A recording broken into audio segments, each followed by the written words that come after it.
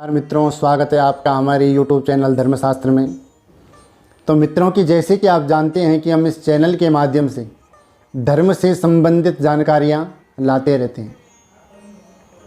तो आज हम जानेंगे कि आरती करने की विधि क्या है, आरती कितनी बार हमें घुमानी चाहिए और कहाँ से आरती घुमानी हमें प्रारंभ करनी चाहिए।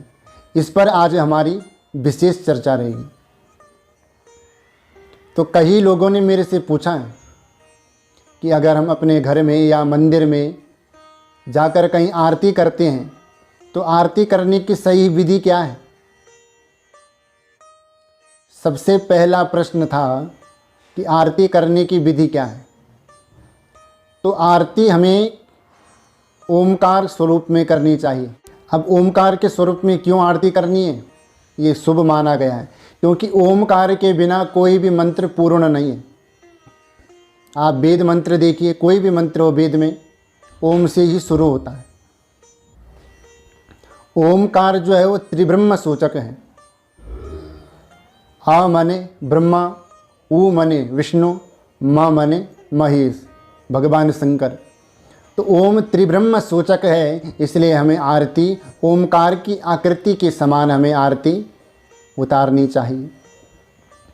अब दूसरा प्रश्न है कि कितनी बार हमें आरती उतारनी चाहिए। तो हमारे वेद शास्त्रों में बहुत सुंदर बात कही गई है। आदो पाद चतुस्तले च विष्णोर द्विर्नाभिदेशे मुखबिंब एकम सर्वेषु चांगेषु च सप्तवाराः नारार्तिकं भक्तजनस्तु कुर्यात्। भगवान के चरण कमलों की आरती 4 बार उतारनी चाहिए। उसके बाद नाभि कमल की 2 बार आरती उतारनी चाहिए। मुख की 1 बार आरती उतारनी चाहिए और उसके बाद फिर सर्वांग की, सारे शरीर की 7 बार आरती उतारनी चाहिए। तो आरती कितनी बार हमें भगवान की उतारनी चाहिए, तो कहा गया है 14 बार। आप गिनती करके भी देख सकते हैं। 7 बार पूरे शरीर की हो गई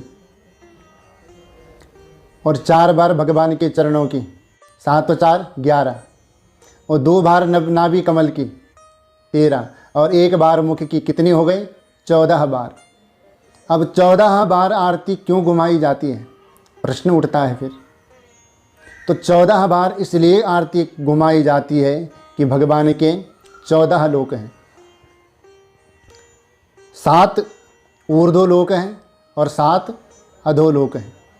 उनके नाम सुनिए।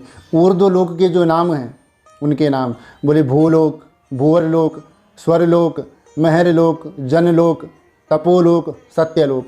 अब 7 लोक नीचे के जो अधोलोक हैं उनके नाम बोले अतल, वितल, नितल, गभस्तिमान, महातल, सुतल, पाताल। ये 14 लोक भगवान के हैं, इसीलिए 14 बार आरती घुमाई जाती है। अब प्रश्न है आरती घुमाना कहाँ से प्रारंभ करें।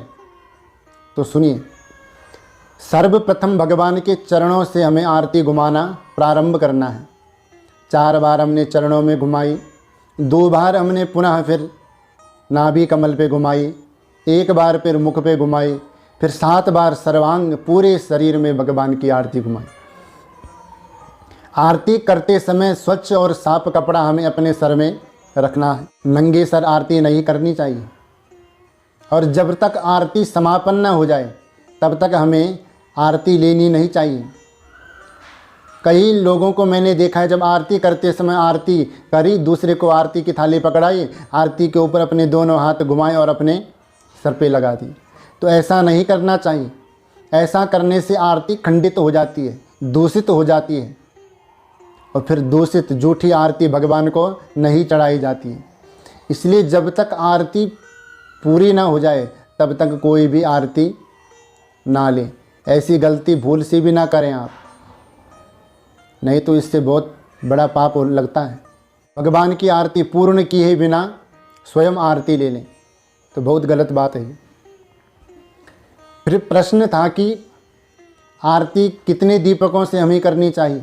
हमारे शास्त्र कितनी सुंदर बात कहते हैं कि वर्तिका सप्तवा पंचा कृत्वा या दीपवर्तिकाम कुर्यात् सप्त प्रदीपेन कि शंख घंट दिवाद्यकये, कि पंचदीप आरती या तो 5 दीपकों से आरती करनी चाहिए या फिर सप्तदीप या 7 दीपों को जला करके आरती करने से, पंचदीप या सप्तदीप से आरती करने का विशेष महत्व बताया गया है। और आरती करते समय शंख घंटी जरूर बजानी चाहिए, इससे हमारे घर में सुख शांति की वृद्धि होती है।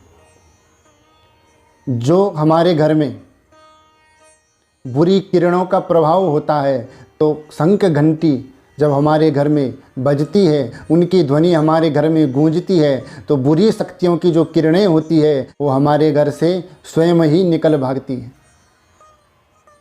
आरती को निराजन भी कहा जाता है। निराजन का अर्थ होता है निशेषेण विशेषेण राजनम प्रकाशनम इति निराजनम। आप अच्छे ढंग से समझ गए होंगे कि आरती किस प्रकार से करनी चाहिए, कितनी बार हमें करनी चाहिए और क्या क्या हमें आरती के बीच में नहीं करना चाहिए। तो आज के लिए इतना ही।